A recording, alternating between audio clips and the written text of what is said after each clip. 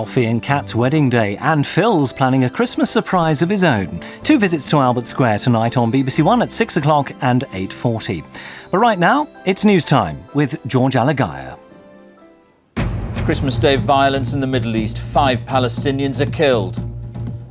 Then the first suicide bomb in over 2 months, 3 dead in Tel Aviv.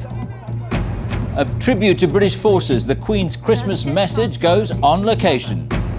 And Silent Night, British scientists are still waiting for a signal from Beagle 2.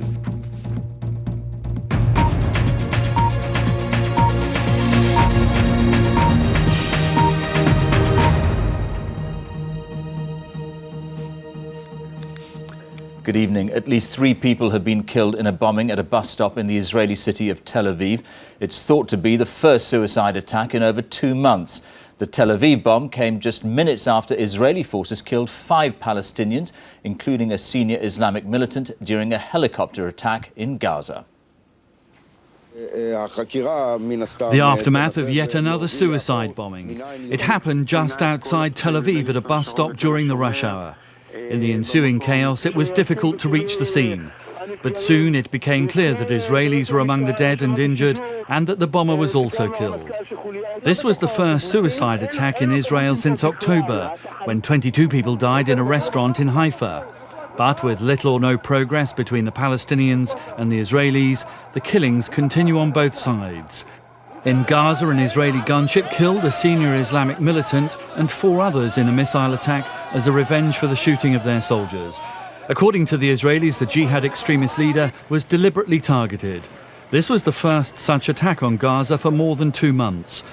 But it happened just before the bus bombing in Tel Aviv this evening, and demonstrates yet again that any appearance of calm is just an illusion, say the Israelis.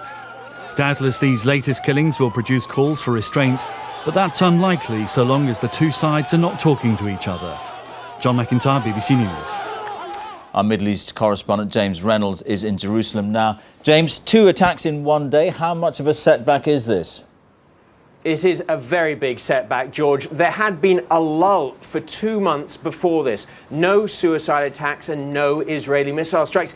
Now, during that time, there had been plenty of attempts by official peacemakers, by freelance peacemakers, and by international mediators to try to get the diplomatic process back on track. But all those efforts came to nothing. So now, within the space of about half an hour, we've had a suicide attack and an Israeli missile strike. That is a setback, and tonight the Israeli government has announced that it is closing off the West Bank and Gaza. James, thank you. Pakistan's president has narrowly escaped assassination by 2 suicide bombers. It happened in Rawalpindi as President Pervez Musharraf's convoy passed through. 14 people were killed. The president later appeared on television saying the attack was carried out by terrorists and extremists.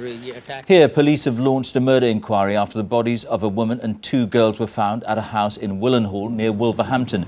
The victims have been named as Lisa Higgins and her daughters Keely and Demi. A 27-year-old man has been arrested. The Queen has made her first public appearance since surgery on her knee and face. She attended a church service on the Sandringham estate. And in her traditional Christmas message, the Queen paid tribute to Britain's armed forces. Here's our royal correspondent, Nicholas Witchell. 2 weeks after the surgery to her left knee, the Queen was walking with a stick, but without any apparent difficulty. The surgery to remove 3 benign skin lesions on her face also appears to have healed well. With all her immediate family around her, the Queen is said still to be saddened by the death of one of her corgis, which was attacked on Monday by a bull terrier belonging to Princess Anne. This year's Christmas message dealt with more serious matters. Recorded at an army barracks, it focused on the work of the armed services. This year, I'm speaking to you from the Household Cavalry Barracks in Windsor, because I want to draw attention to the many servicemen and women who are stationed far from home this Christmas. It was carefully scripted. The Queen only mentioned Iraq once, but for the work done there and elsewhere by the armed services, she said the nation should be grateful. I think we all have very good reasons for feeling proud of their achievements, both in war and as they help to build a lasting peace in trouble spots across the globe. We met before. Yes, that's right. Yeah. The Queen was shown mingling with servicemen and women who'd served in Iraq. But she also addressed her thoughts to the families of those who will never return. I know that all our thoughts at this time are with the families who are suffering the pain of bereavement. All those who have recently lost a close relative or friend will know how difficult Christmas can be. It was a Christmas message with a particular purpose, to thank the armed services after a challenging 12 months. Tonight, the special Christmas illuminations are giving Buckingham Palace a particularly patriotic feel. And that at the end of a year in which Britain's armed forces were taken to war.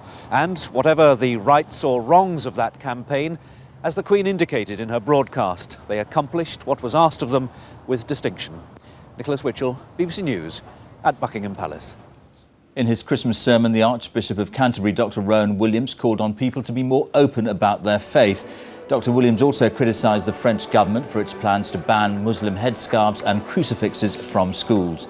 Thousands of worshippers gathered in St. Peter's Square in Rome to receive the Pope's Christmas blessing.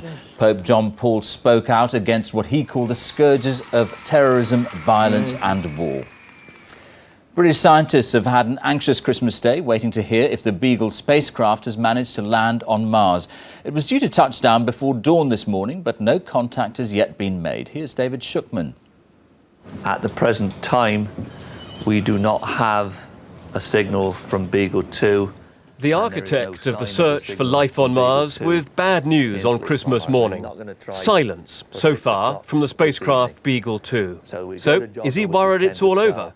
Not at all. I am never downhearted. I played it as absolutely straight as we could. We thought we had a good system, and we still think we've got a good system. We haven't given up yet. The plan was for Beagle 2 to announce its landing with this tune. It was composed by the rock group Blur. We didn't hear it today. Maybe that's only a communication problem. That's the hope. The chances were against us, really. But I think the chance of finding it are still very, very good. Now, it is possible that Beagle 2 has landed safely, but that things have gone wrong since then. Maybe the solar panels haven't opened properly and the batteries aren't getting charged up sufficiently, or something's gone wrong with this antenna, the square shape here. It transmits its signals vertically upwards in a pretty narrow cone, so it's possible that the NASA spacecraft passing overhead simply didn't connect. Tonight, there's another chance. This giant radio telescope at Jodrell Bank in Cheshire is listening for signals from Mars. The smallest bleep would show Beagle 2 has made it, but silence would point to failure. David Shukman, BBC News. And that's it. I'll be back at 8:30 here on BBC1, and there's news every hour on BBC News 24. You can find it on satellite, Freeview and cable. But from all of us here in the newsroom, I hope you're having a very Merry Christmas.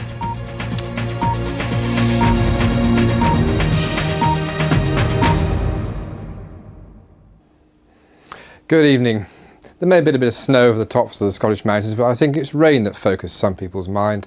I would imagine Christmas Day was a bit disappointing from the point of view of weather in Lancashire and Cumbria and maybe even North Wales. And far from getting better, it is likely to be even more of a write-off day tomorrow, with rain quite widespread, heavy at times throughout this part of England and Wales. And it might say 10 or 11 degrees, it'll feel just the same as today.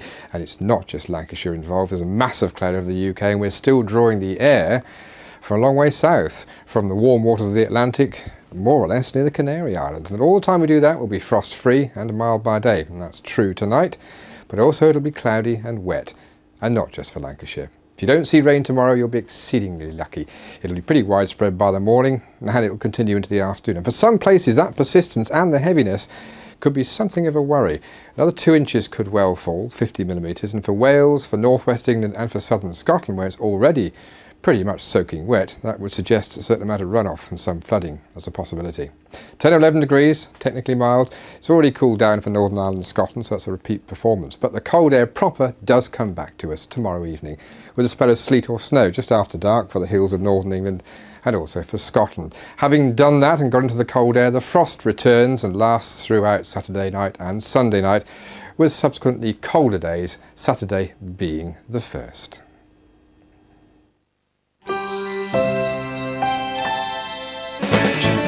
There's nothing you can do they haven't done. There's nothing you can do that's even fun. French and Saunders, actually. Boxing Day at 11 on BBC1.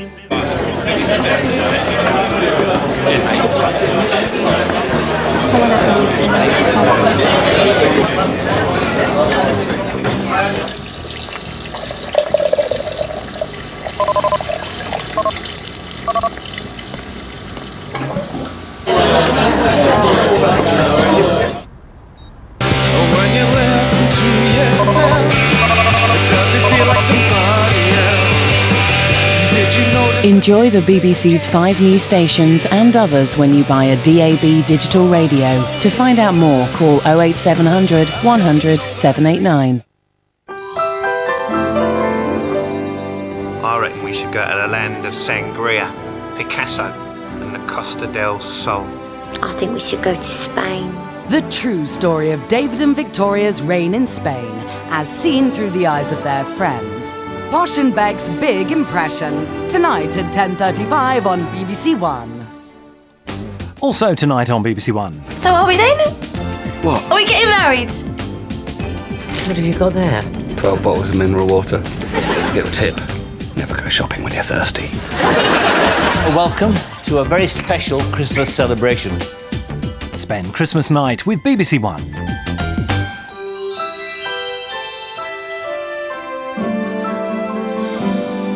And later, it's the third and final Only Fools and Horses Christmas special on BBC1 at 9:20. But right now, peace and goodwill to all. The perfect Christmas morning in Albert Square.